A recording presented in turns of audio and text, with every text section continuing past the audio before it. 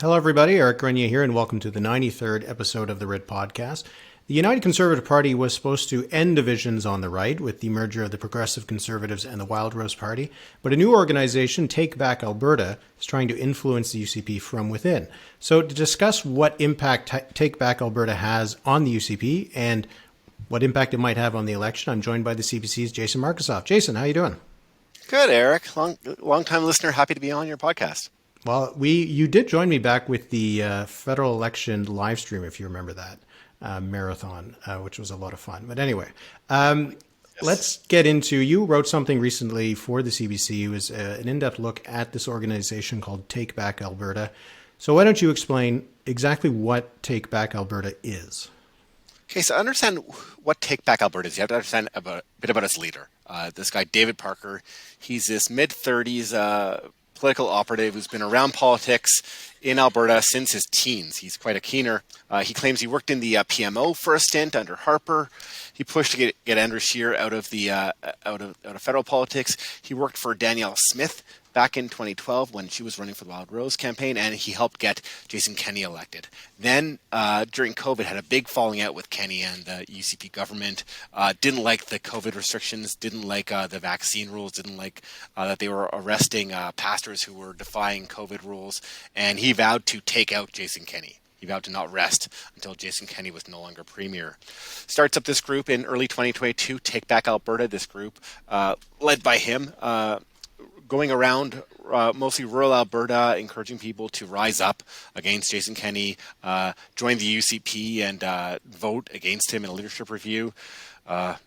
Almost a year ago, a year ago next week, that happened, and Jason Kenney had a really tepid leadership review, got ousted. Danielle Smith, he's a big fan. Actually, Take Back Alberta is a big fan. Believe that she believes in freedom like they do, and his affinity, David Parker's, with Danielle Smith is so great that Danielle Smith attended his wedding a few months ago in Canmore. So this is a grassroots organization with members and things like that. Like, what is the actual organization of Take Back Alberta? It's not really clear what their organization are. They've talked on some of their social media channels about having different levels with white belts, and David Parker is a black belt. They've had regional captains. They're organizers in different areas, but clearly he is the pit and prune juice of this organization. He's the one who appears at all their rallies and seminars, basically just speaking himself. He's the son of a rural pastor, so he has this kind of preacher's charisma when he talks about his personal story and weaves that into his fight against the UCP and about preaching about the importance of grassroots activism, that people who care about their community and care about their politics locally or provincially or nationally are the ones who are going to make decisions or get active in their party. And it's in their party that Take Back Alberta has really been active and effective. Of course, getting rid of Jason Kenney was a party affair. Electing Danielle Smith was a party affair. They've been active getting Take Back Alberta friendly, like hardline candidates elected in some of the ridings in both some Calgary and some of the rural areas, and their big effect has been on the provincial board. They normally, so go ahead. Yeah, what is it that they want to do? What is it that they believe in? Their big animating feature was freedom and opposition to COVID restrictions. So Jason Kenney was, had reluctantly put in COVID restrictions and vaccine rules, and that got them furious. Danielle Smith vowed to never do those things, so that really activates them. And they just like that she's libertarian, that she believes in freedom. There are other priorities. They don't have a manifesto. They don't have a certain list. David Parker talks about things like abortion, sometimes talking about opposition to library, these drag queen readings at libraries or drag brunches. Some opposition to that. Some social conservative issues. They don't seem to really have active policy, but they are just keen to get conservatives in and the most conservative types possible, the most freedom-loving, libertarian, or sometimes socially conservative leaders possible in. while their methods are clear, that their ends are not totally clear, which is why it's quite interesting, their desire to take over the party from the local riding level, the candidate level, the leader level, and the board level. Last fall, the UCP holds its annual general meeting, and they elect half the board. They encouraged hundreds of people to get involved with the party, get memberships, paid the $300 to go to Red Deer and register for this convention. And because normal convention goers aren't really there to elect the board and don't really care, this group rocked the vote. And the full slate of 9 candidates or board member positions that were up were all people that Take Back Alberta had supported. So half the board right now is Take Back Alberta supportive. And David Parker's big promise, he's going around now talking about this, is we have to get the other half elected this fall. So they want to have full control of the provincial board of the UCP. So their focus is very much party internal affairs rather than trying to convince Albertans broader that, you know, their priorities and what they believe in is important. So it's about getting their people into the party to change the positions and the platform of the UCP rather than to try to persuade people to vote for the UCP. Well, there is a bit of that too, but certainly their major animating feature and where they've had the most success thus far is trying to transform the party. I don't think that they're going to be really fond of the old progressive conservative wing of this United Conservative Party, this coalition that fused together the old Wildrose Party that Danielle Smith used to be with, and the Progressive Conservative Party that banded together, ruled Alberta for 40 years. So I think they're definitely against the moderates, even the Kenny moderates. And if a lot of your listeners are national, have a sense that Kenny and moderate is not a normal thing you would say, certainly not federally, but in Alberta, it's kind of become that way because of how more conservative, libertarian, and populist Danielle Smith is. This group is, though, trying to make some inroads and trying to have an impact on this election.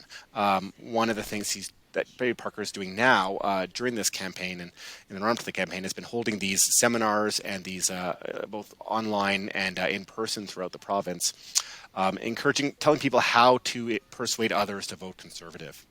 And part of that is saying, don't talk about things like 15-minute cities or World Economic Forum, some of these issues that tend to animate the Take Back Alberta types often. But talk about, here are their issues. Here, talk about healthcare. Let's persuade them as gradually as we need to get them to vote blue, activate people, get them excited about voting blue, warn them about the dire nature of what it would mean to elect an NDP government. Right now, what is the extent of Take Back Alberta within UCP? You mentioned half the board. When we're talking about the riding level, things like that, how widespread has it become within the UCP organization? It's hard to put a finger on how many of the local boards they've managed to elect a majority of their members in, or elect a clean slate of their supportive members in. It's a few. It's certainly at least a handful. Their full influence, to measure their full influence on UCP politics is hard to say. There are some levels, extents to which Danielle Smith throws bones to the hardline aspects of her party. There's this inquiry that she's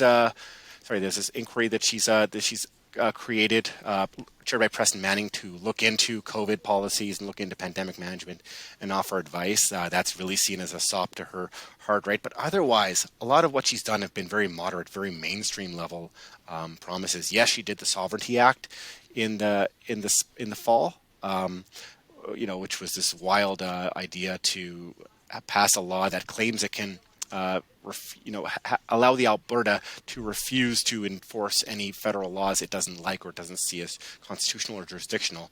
But that's really been thrust to the wayside. They've been putting out more centrist, broadly appealing, moderate policies, big investments in healthcare, education, big spending budget, some very populist tax cuts, but none of these real bones to say the hardline Take Back Alberta aspect, and nothing of the social conservative vein. So it is hard to really discern how much how much influence this group has. And there are a lot of people out there who say that David Parker is overstating his influence and overstating the greatness and control that his party will have over the provincial board or the grassroots. There's nothing you can really point to that this provincial board has done that you can say is very Take Back Alberta friendly. And maybe that's because it's only half the board that they control now. Maybe in the fall, come next year, this organization, if it's still doing what it does now, has more of a grasp on what this party does and how it operates. So if there isn't really some outward signs, at least yet, of Take Back Alberta's influence on the UCP in terms of its platform or the policies that Danielle Smith has been putting forward, why are some elements of the UCP so concerned about it? Well, it seems like riding by riding, they're taking bits over. They're holding influence. People who had influence in the party don't. There are people on the board, moderates, and a lot of people who are establishment conservatives. They're worried, and it kind of blends into some of their worries about where Danielle Smith wants to take United Conservative politics. That she wants to take things farther to the right. That's her mindset, and that's also Take Back Alberta's mindset. And as this group encourages more people, more activists of its to engage further in the party, that there might not be a home for more moderate, more urban, traditional, progressive conservative, or even people who came in under Kennedy, that they might not recognize this party if Take Back Alberta or Danielle Smith push it too far to the right. Can it get to the point that, let's say that Danielle Smith and UCP are reelected, they got 4 years ahead of them, can Take Back Alberta, or I guess this might be their goal, but can they get so important within the UCP that they can more or less topple a leader if that leader isn't going in the direction they want? Because I think I've read them more or less say that if they want to, they'll turn on Danielle Smith as soon as she turns on them. David Parker will say at some of his events, leaders come and go. That's why we need to take control of the party. We need to hold our leaders and our MLAs and our members accountable. They don't want what happened to Kenny, that he wound up to their mind betraying his conservative principles and enacting COVID restrictions on businesses and individuals. They don't want that.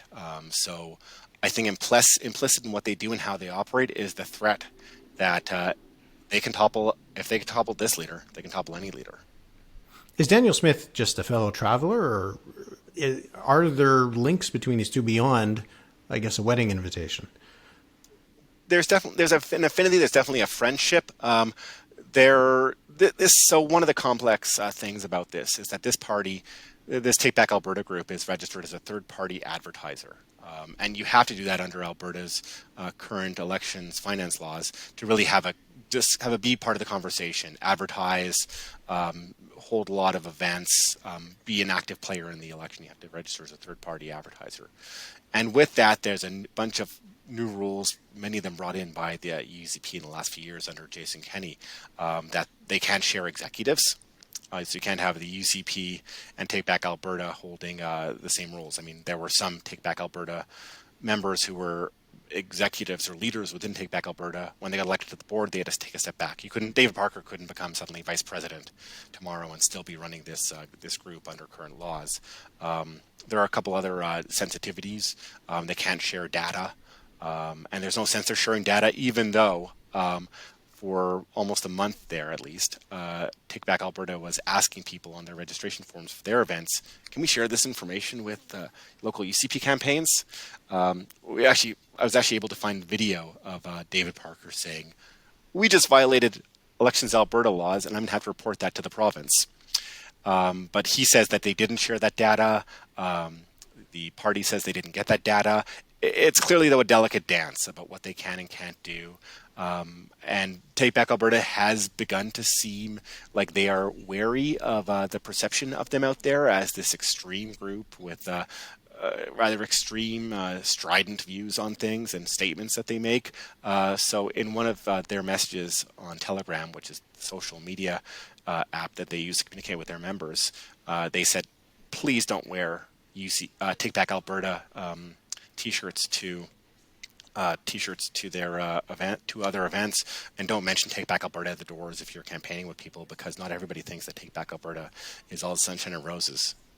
So there seems to be an understanding that they might not have much appeal to the general population, even if they're trying to take over a party that will have a very good shot at forming government. Yeah, there is a delicate dance. I think they really want their influence to be over the party, and they see that as their vehicle to greater influence. They're not appealing to a general public. They're trying to activate conservatives, people who were very offended by COVID rules, or people who have very firm beliefs in freedom or other kind of hardline conservative animating factors, and get them to rise up, get them to be involved, get them to be active where people aren't active, not just on provincial UCP boards, but also school boards, local councils, library boards, if they're so offended by having drag events at libraries. So I get it's a grassroots organization, and mobilizing people to get involved in these kinds of things. But in terms of the party aspect, it sounds like it's exploiting in a way, and as you mentioned, with their sensitivity about whether they're breaking the rules with their third-party advertising rules, there's exploiting in a way the way the system is designed, so that where there is a lack of interest at the local level, you can effectively take over a party. And not to get off on too much of a tangent, but you had written something a few weeks ago about the pro-life Alberta quote-unquote party, which is a really good example of that, of how a party that seems moribund and doesn't have many activists in it can be easily taken over and become something different. That's a really interesting story because it goes back to the old Socreds. Yeah, that's a very different thing. It's funny, I've been writing about this organization that wants to infiltrate a party, and this party that's been fully infiltrated and now functions as this very weird thing. As you said, this was the old Socreds, the old Social Credit Party that governed Alberta from 1935 or 6 until 1971. Kept kind of dragging along like some other old parties sometimes do.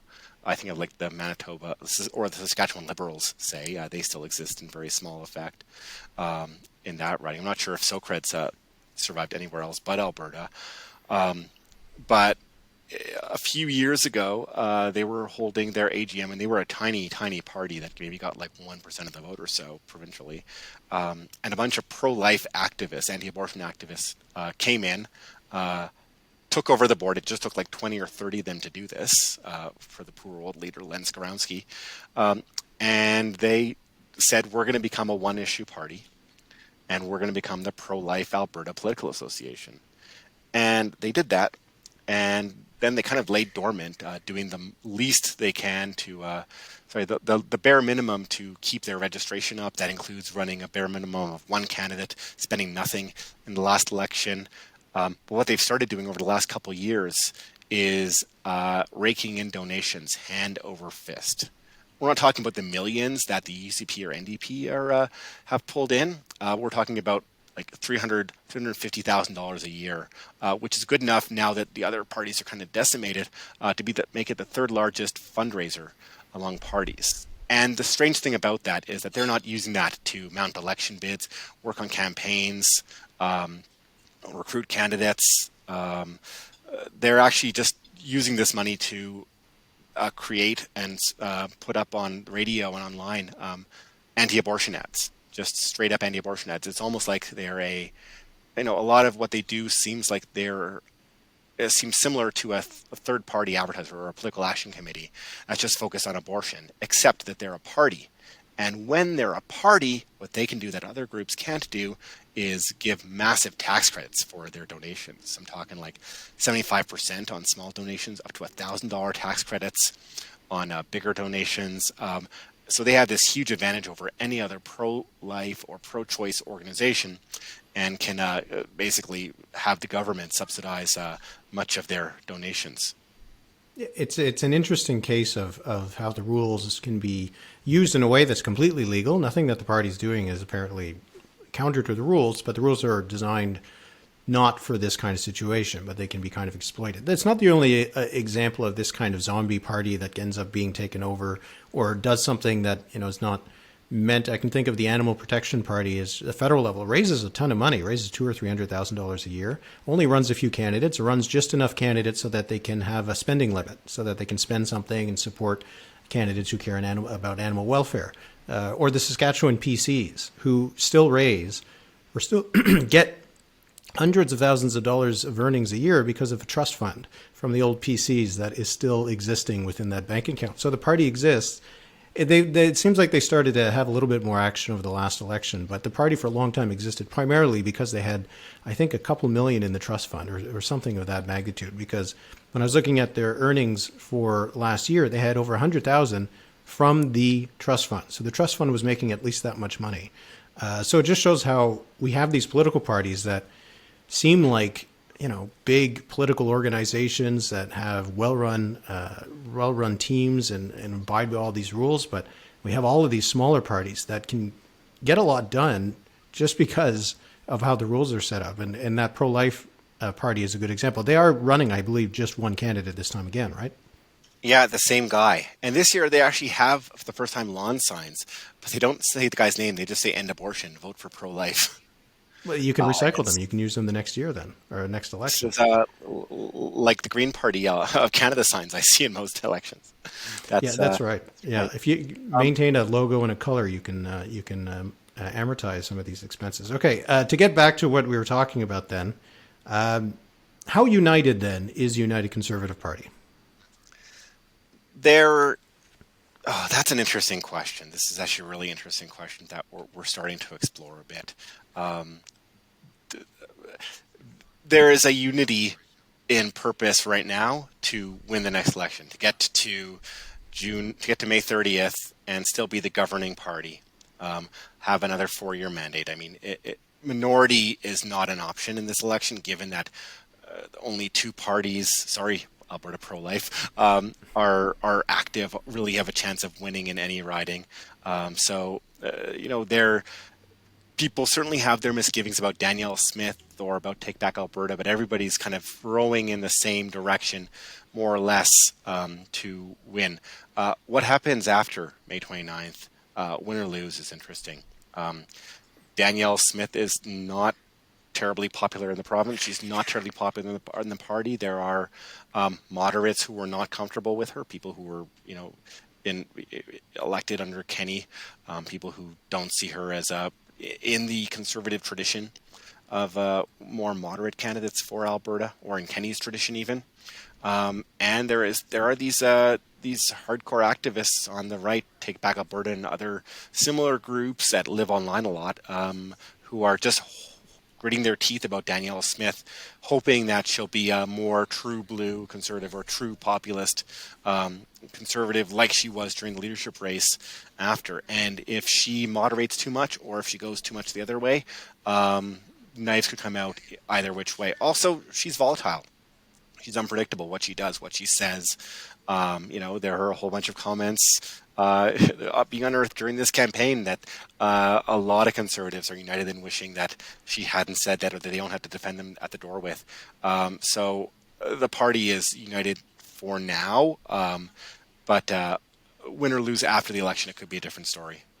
Well, historically speaking, in Alberta over the last little while, aside from Rachel Notley, it's been pretty hard to finish a term, right? This is exactly it. The last time any Conservative premier finished a term was 2001 to 2004, Ralph Klein. After that election, he gets pushed out in the leadership review. Ed Stelmach gets in. Ed Stelmach wins an election. He doesn't finish his term because there are knives out for him internally. Alison Redford becomes premier. Knives out for her. She doesn't finish her full term after winning one general election. Then Jim Prentice comes in, and, well, he created the NDP. Jason Kenney gets in, and he only lasts 3 years. So I think that there would be the expectation now that Danielle Smith would be defying odds if she served 4 more years. That said, though, Jason Kenney did not come in like this. When Jason Kenney got elected and became premier, nobody was thinking, oh, he's not going to make it the full term. It seemed like Jason Kenney had written his his ticket to as long as he wanted to be premier, as long as his party was winning, as long as he was solid, as long as they were winning. But with Danielle Smith, it may be a tough bet to see who's going to win this election. It may be a more solid bet to expect that Danielle Smith, based on history, based on who she is, might struggle to serve a full term and have her party support. And it has been, it seems, a bit of a tough week for her. The wildfires have, dominated a lot of coverage in her time, and that's the kind of thing that can sometimes allow a premier to show some leadership and get supporters behind them and happy to vote for them. But it has been a bit of a tough week. I don't want to go over all of the stuff that's come out over the last few days, comments from Danielle Smith, but we can just close on this. But this is the end of week 2. How is it feeling right now, do you find, this campaign? The comments and the wildfire, I'm not sure which one offset which one, but there seems to be an offsetting that, some people may think that she showed good leadership and, was a reasonably sturdy, support beam during the wildfire management. And maybe that offset how people view about some of the wild things she has said that have been unearthed. I did not expect to be talking about Adolf Hitler on Power and Politics this week, but so it is in Alberta politics and Danielle Smith politics these days. That's what she talked about in reference to people accepting vaccines. That 75% of people, what was it? Yeah, this is how we elect tyrants like Adolf Hitler. 75% of people are so supportive of vaccines in this province. That's wild. She kind of apologized. She gave that old "I'm a friend of the Jewish community in Israel" line. I haven't seen any polling to suggest whether or not that has played an impact. I think, like I said, wildfires and that have offset themselves a bit. But I do wonder if the wildfires are a bigger factor closer to where they are, up in the northern part of the province, Edmonton area, whereas here in Calgary, we haven't seen the smoke. We don't have evacuees. We're not anywhere near the fire zone. And so maybe those controversial comments wash a bit over. But again, we haven't seen polls to show that. I'm guessing we'll get some coming into the debate next week. But it's been a weird, unexpected couple of inflection points in this week, to say the least. And even here in Ottawa, the sun has been a little bit yellower because we have actually gotten some of the haze blowing over across the country. So it does show just kind of how big it is. But we'll see what kind of impact it's going to have in terms of the politics. So, Alberta politics never stops giving, Jason. So I appreciate you taking some time today and giving us some updates on the latest shenanigans out in Alberta. Oh, this was fun. More shenanigans to come, no doubt.